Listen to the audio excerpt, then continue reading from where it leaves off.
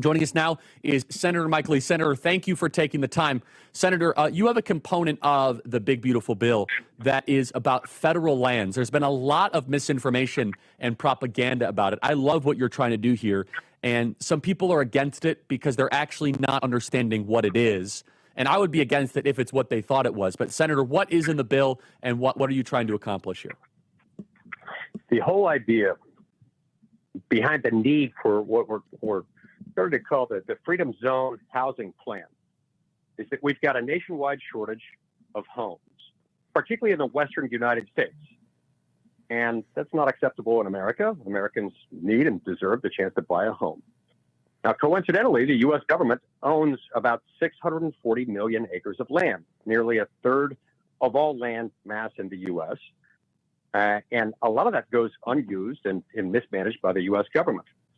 The vast majority of it has zero recreational value. A lot of it doesn't have any conservation value. So what I'm proposing is that we take just a fraction of 1% of that land. We're talking like less than 0.5% of federal land and make it available to Americans who simply need a roof over their heads. And, you know, contrary to a lot of the alarmist rhetoric that's out here on this bill, the bill explicitly exempts all federally protected lands from eligibility for sale. And that includes like 15 different categories, from wilderness to national monuments, national forests, recreation areas, and so on and so forth. But there's been this massive misinformation campaign, I believe funded ultimately by people on the left who are trying to dupe conservatives into believing that it'll somehow endanger the beautiful scenic landscapes that make the West so special and somehow threaten the rights of ranchers, of farmers, of hunters, and other recreation enthusiasts. And we've accommodated those concerns. We've made recent changes just in the last few days to narrow the scope and to make even clearer that this would apply only with respect to land that is in or immediately adjacent to existing residential communities. So this isn't the stuff that's out there that's protected land. This is just basically surplus land that's suitable for housing because it's right next to where people live. Well, I want to address the propaganda head on. So actually, I'm glad the studio did this. Can you guys put up the pictures again? So the studio, Senator, is showing like pictures of Yosemite and Yellowstone. By the way, I'm like a national park junkie, just so we're clear. So I think that right there is Yosemite National Park. I'm pretty clear. Sure, that is, I think, the Grand Canyon. So just keep going. So this is, we have the greatest national parks ever. I think that's Zion National Park, if I'm not mistaken. Usually if you're looking up, it's Zion. Go one more. Let me see. It's like a pop quiz. And that's Saguaro National Park in right outside of Tucson. That is probably Yosemite, if I'm not mistaken. And that there is also Yosemite and or Yellowstone. One of those is Yellowstone. Okay, so Senator, and then that's the Redwoods. Senator, just to be clear, you're not talking about these national parks, right? Because that's the propaganda that is being used. Okay, so please just throw it down and separate fact from fiction here. Exactly. And so we've specifically exempted that category of protected land and like 15 others from it. Moreover, I would add, Charlie, even if that weren't in there, and it's a categorical exclusion, that land still wouldn't be appropriate for use with housing. And so, again, we're talking about a tiny subset of the federal land footprint. And if you boil all this down and you look at those who are most fervently opposed to this bill, you ultimately come away with an absolutist message, a message that says basically the federal government may not reduce its federal land footprint by even a fraction of 1% or even a few acres, because to do so would just be horrible. That cannot be the case. That must not be the case.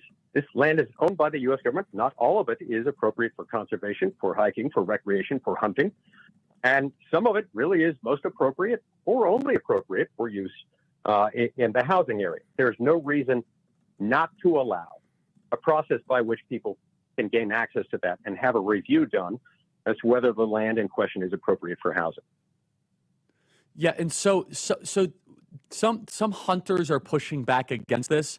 Can you, you added recently, I hear you, Hunting Nation, we're making changes. Can we put 445 up, though, the B-roll? So this is the land that is more likely. I know you can't see into this, Senator, but okay, largely barren, kind of flat. We're not talking about Yosemite. We're not talking about Grand Teton, right? So, and you said it has to be to adjacent residential communities, if I'm not mistaken, right?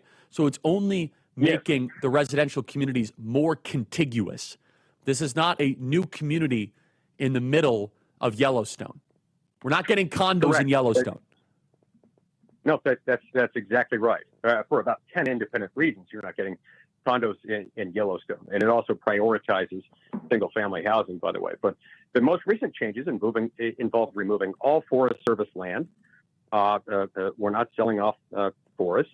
The most recent changes also include significantly reducing the total amount of BLM, Bureau of Land Management, managed land that's in the bill, and it would be limited to only land within 5 miles of an existing population center that would even be eligible.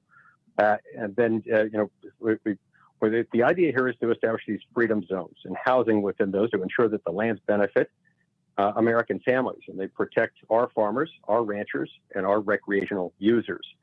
This is what we need. We need for this to happen, and we need to dispel once and for all the myth that the federal land footprint, occupying nearly a third of all landmass in the United States, including some things that really aren't suitable for anything other than housing. We got to dispel that myth. So, Senator, I think some of the criticism is well-intended. Some of it from the left is not well-intended. Can you talk about the Democrats' war on single-family housing, please? Sure. Look, they, of course, will have to speak for themselves. But what I have seen and what I've heard is that people on the left generally want people moving from rural areas into urban areas, more suburban areas to more urban areas, and from single-family housing into multifamily housing, higher density housing units. They believe that that's good for them, for perhaps for Mother Earth or whatever the reasons might be. Conservatives tend to want Americans to be able to pursue the American dream, make sure that they at least have a fighting chance in the race of life, a fighting chance to enter the American dream path of acquiring ownership of a single-family dwelling unit. And so that is a fundamental difference between the two parties. It's a fundamental difference, certainly, between conservatives and far-left radicals, who are a lot of people opposing this. Now, you're right. There are some people on the right who are also opposing it. But I believe many of them have been armed with information that's caused them to be mistaken about what the bill does, and more importantly, what it doesn't do.